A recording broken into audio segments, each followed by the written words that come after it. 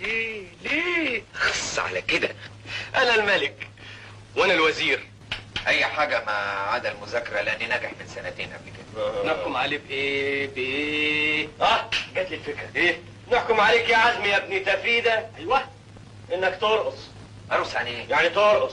ما ارقصش انا والكلام الفاضي ده. انا لما اقول ترقص يعني لازم ترقص. سامي، في حاجات الواحد ممكن يعمل حاجات مش ممكن يعملها. لا ترقص. لا ايه؟